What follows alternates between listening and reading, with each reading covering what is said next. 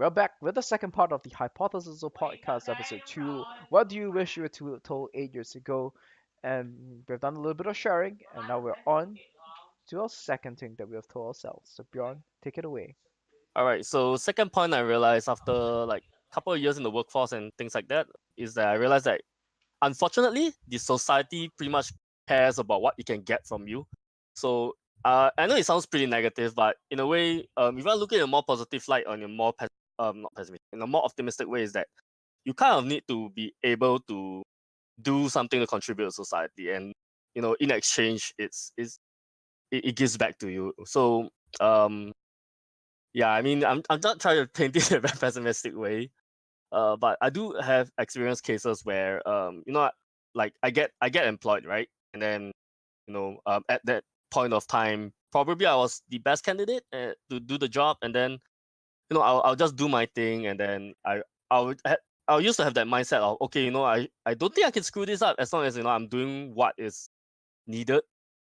But then unfortunately, like sometimes, like maybe a couple of months down the road, they'll tell my ex employers will be like, sorry, I don't think you make the cut, and we probably could, like, we probably need to replace you, or unfortunately you have to, because we're asking for a lot more. So couple of things that I think back, I'll probably feel that I probably should have pushed a lot more harder, maybe take more initiative, and not just be contented with just doing, like, just because the job just tells you to do like this and that, and then therefore you just feel that as long as I fulfill this, I should be fine. But that's not true, because it's so competitive. Like the society is so competitive.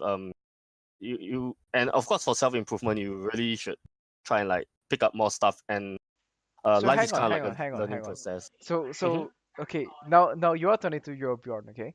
And you're Mm-hmm. visited of Ghost of Christmas Future, which is yourself currently. The first Yeah. piece of advice you give yourself is, oh, pursue your dreams, do what you're interested in. And then right after you tell yourself that, yeah, but you gotta be useful to society, right? You Yeah, in a way, I guess. do, I mean, do you see I know, why I know, this might be I know it sounds, confusing?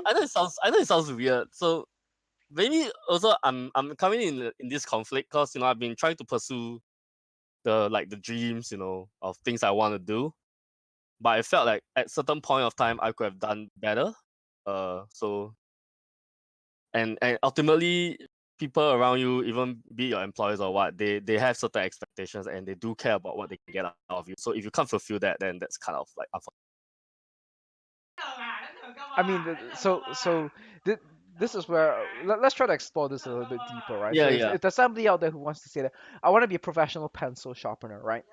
And Okay, sure. uh, I want to be a professional pencil sharpener. So what is your advice to this person going to be? Because on one hand, your first piece of advice is go for it, pursue your passion, study the art of pencil sharpening, study the history of pencils and all of that. And yet at the same time, this is like, I don't think what you're doing is necessarily very useful. Or is your second point being that you got to be able to do it to the point where you're good enough at it? Yeah, I think it's pretty much that second point you just mentioned, right? Like it has to be of like a certain standard. Well, now here comes the question, right? Mm-hmm. Um, you're gonna ask yourself that question. 22-year-old Bjorn is gonna ask current Bjorn. I'm just gonna roll this 22-year-old Bjorn. Oh, but older Okay, sure. me, but older me. Oh, what is the standard going to be? Mirror, Yeah. mirror on the wall. Yeah, you got a point there. I can't really like define standards at that point of time as well. So you're just gonna be like this.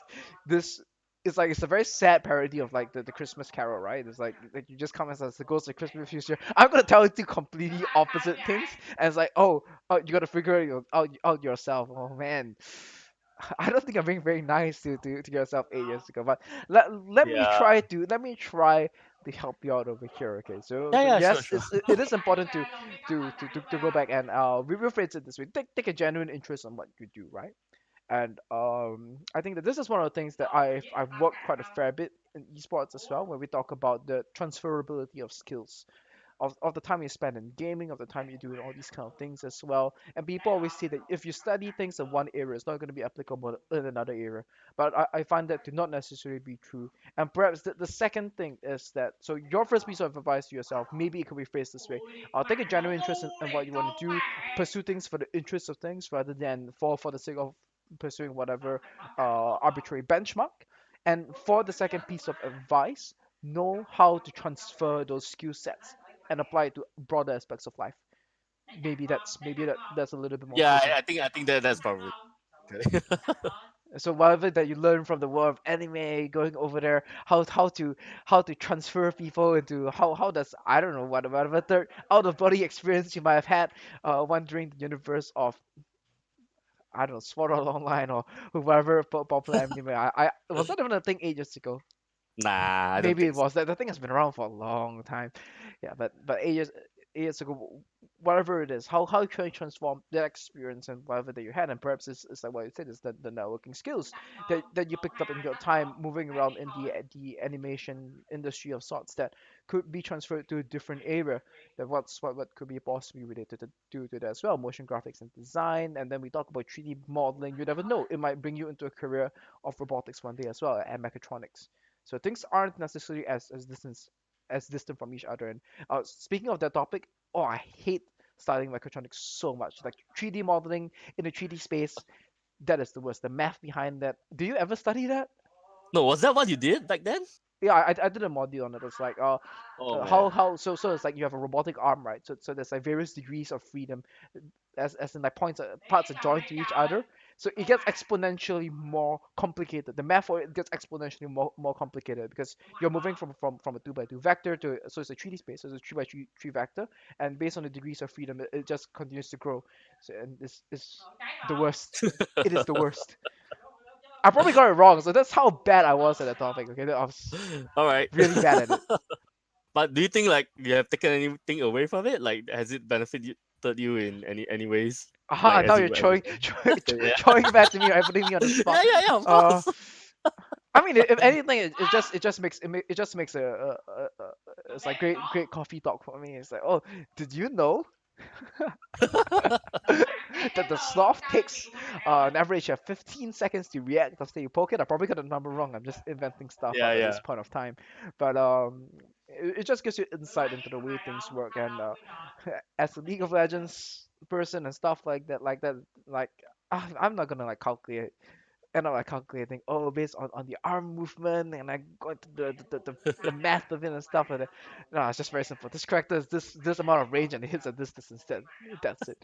But it's about the way you think about it. And when people have a conversation about, oh, what the limitations of building a model, and why is it that certain types of models are more complicated to build, or more complicated to represent in a 3D space, and that gives you insight to it as well. And I have to say, when we talk about the future of esports, it actually gave me a very good insight as into the viability of managing of VR. So like VR, I think 2 3 years ago, virtual reality, which is long for VR, it's shortened to VR, was like the hype thing. Is like saying, oh, esports is going to be replaced by VR and stuff like that. But when you look at the math of it, and you look at the technology, and you look at why esports has been successful, and you just realize that that amount of rendering, the amount of cross-platform communication that's to be done in like such a large 3D space is not going to be possible. It's not going to be affordable by the average user. It might like replace things like Red Dead Redemption 2, and these kind of like large open world kind of projects. But when we talk about esports, that perhaps will have been my inside out of it.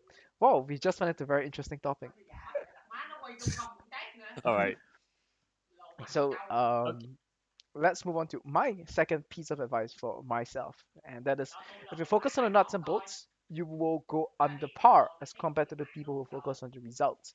And this is something that I used to get very bitter about. Like when I used to play Magic the Gathering, they used to give me this nickname. They call me the tilt machine because I would always take losses so personally.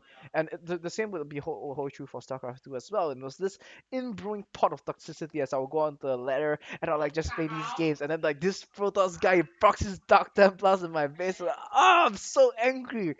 And I used to have this friend who would always say that, oh, I played Terran back in the day for StarCraft 2, and he always say that Terran's such a cheesy race, Terran's such a OP race, and it's like, oh, you hit diamond with Terran, you're just Terran Easy Race and stuff like that. And I was there legitimately every day. I will watch the Day Night Daily, and I'll commit a very large part of my time to learning. Okay, this is how I'm gonna play the mid game. This is how I do the tank push. This is how I improve my APM. This is how I improve my macro as a whole, as a StarCraft 2 player. And this guy, he was also in Diamond as well. And what did he do? He played Protoss, and he claimed that's like the harder race and stuff like that. And if when I open up his match history, the thing that made me the most mad was that he played a 4-gate every game. He 4-gated every game, and he called me the cheeser. How dare he, right? And I just got so upset over that, and I always feel that I need to prove myself to him. And when I reflect back on that, and I talked to this friend of mine, he's called Terry, and he is a what we call a FIDE master in chess. So there's like these tiers where you have like the Grandmaster, then there's International Master, and then there's the FIDE Master. And I think it's like on the verge of becoming an International Master of sorts if he does Oh, play in another tournament or so. And he did say that when he was learning the game as well, he also had this problem because when they talk about chess, it's a lot about learning the positional game, about how do you control the board and stuff like that. Whereas some of his peers at the point of time, what they would always try to do is they would go for the brilliancies, they would try to go for the flashy plays, and they would try to set traps in order to steal wins against better players. Whereas for him, he wouldn't do any of that. He would always just assume that I'm if I try to set a trap here, it would be too obvious, and my opponent's gonna figure it out. So he would always try to play the value game, the positional game with his opponents, and as a result, he would never post the same level amount of tournament results because he always played honest. So if he was the sixth best player in the tournament, he would only finish sixth best. Whereas for his friends, they're probably the 10th best player and stuff like that. But because they would do all these kind of funny stuff, in some tournaments they'll finish in the top 16, and in some tournaments they would actually make top 4, even top 2. He would also experience this, and he would look back at it, especially with the pressure, with all the funding, and chess is a very stressful, it's a very competitive environment as well. And he would think back on that and say that, yeah, so maybe, and he would always also have the self doubt. I think that this is the one thing that I think that I should have realized that if I'm going to focus on the process of learning, I shouldn't be as con I shouldn't be as concerned with the results because that is what these people are prioritizing. This is what this guy all he wanted to do was to climb to diamond in StarCraft 2, and then that was it. And then just laugh at other people and stuff like that. Whereas for me, I had a completely different objective, and he pursued that in a way that that fulfilled those objectives, and it was not right.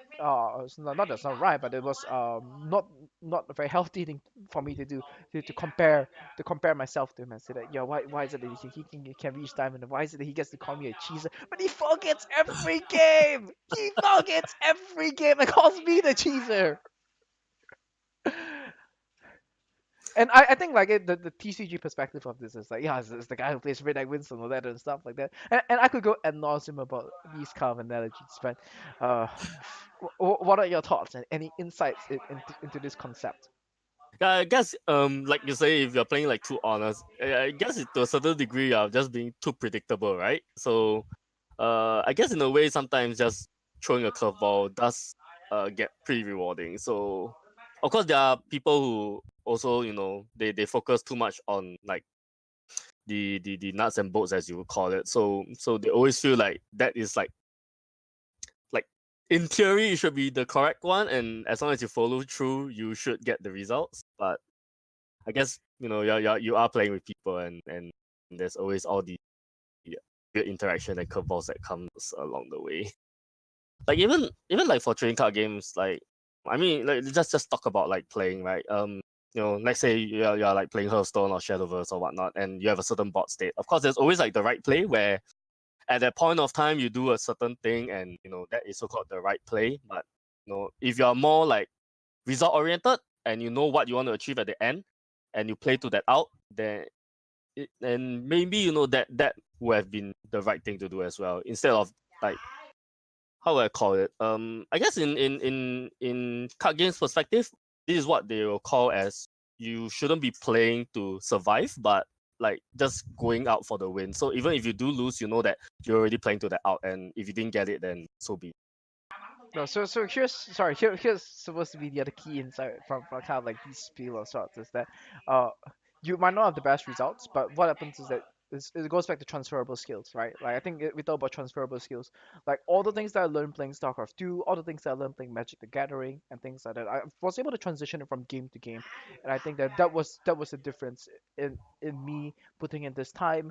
I wasn't able to get the same so-called efficiency of results. I mean, he definitely hit diamond a lot faster than I did, just forgetting every game as compared to like, oh, I need to watch the Dayline Daily every day and think about, yeah, this is the kind of like mag bit I wanted to do, and like understand the game in a sense of timings. But it's the fact that I could see things in these concepts that I was able to bring it on into my coaching for League of Legends. And in fact, some of those concepts was also very applicable to my work when I started to think about engineering as well. When we had this concept of efficiency, and like we always talk about.